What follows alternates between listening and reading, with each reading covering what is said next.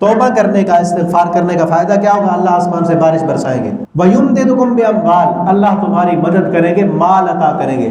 پیسہ نہیں ہے، مال نہیں ہے، یا بہہ گیا ہے سیلاب میں، مال بہہ گیا، زمینیں بہہ گئی، کاروبار تھا، کھیت کھلیان تھے، سیلاب کی نظر ہو گئے، ختم ہو گئے، گھر گر گیا ہے۔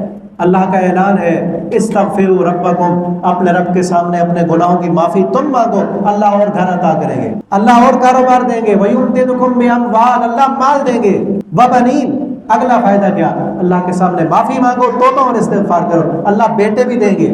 بیٹے نہیں ہیں یا تھے، فوت ہو گئے، اللہ بیٹے دیں گے، اللہ افرادی قوت عطا کریں گے۔ تمہارے ساتھ لوگ نہیں ہیں، افراد نہیں ہیں، کام کرنا چاہتے ہو دین کا اور مخلص ساتھی نہیں مل رہے، اللہ کے سامنے اپنے گناہوں کی معافی مانگو، اللہ افرادی قوت عطا کرے۔ وَيُمْدِدْكُمْ بِأَمْوَالٍ وَبَنِينَ وَيَجْعَلْ لَكُمْ جَنَّاتٍ، اللہ باغ عطا کریں گے تم۔ کاروبار، مال و دولت، کہتے ہو پھل نہیں ملتے، یہ پھلوں کے باغ ضائع ہو گئے، اللہ رب العالمین خالص پھل تو دور کی بات ہے، اللہ تمہیں پھلوں والے باغوں کا مالک بنا دے گا۔ وَيَجْعَلْ لَكُمْ أَنْهَارًا، ان باغوں میں پانی کہاں سے لگے گا؟ اللہ خود ہی نہریں بھی جاری کر دیں گے۔ وَمَا لَكُمْ لَا تَرْجُونَ لِلَّهِ وَقَارًا، آگے فرمایا تمہیں کیا ہو گیا ہے، اللہ کی عزت کا خیال کیوں نہیں کرتے؟ لوگوں سے ڈرتے ہو، لوگوں سے ڈر کر گناہ نہیں کرتے، اللہ کے سامنے کر لیتے ہو گناہ۔ آؤ نا، اللہ کو تو پتہ ہے جتنے گناہ ہیں ہمارے، سب پتہ ہے، دنیا والوں کو چاہے نہ پتا ہو، چھپ کر ہم نے کیے ہو، اللہ کو سارے ہمارے رازوں سے واقف ہیں۔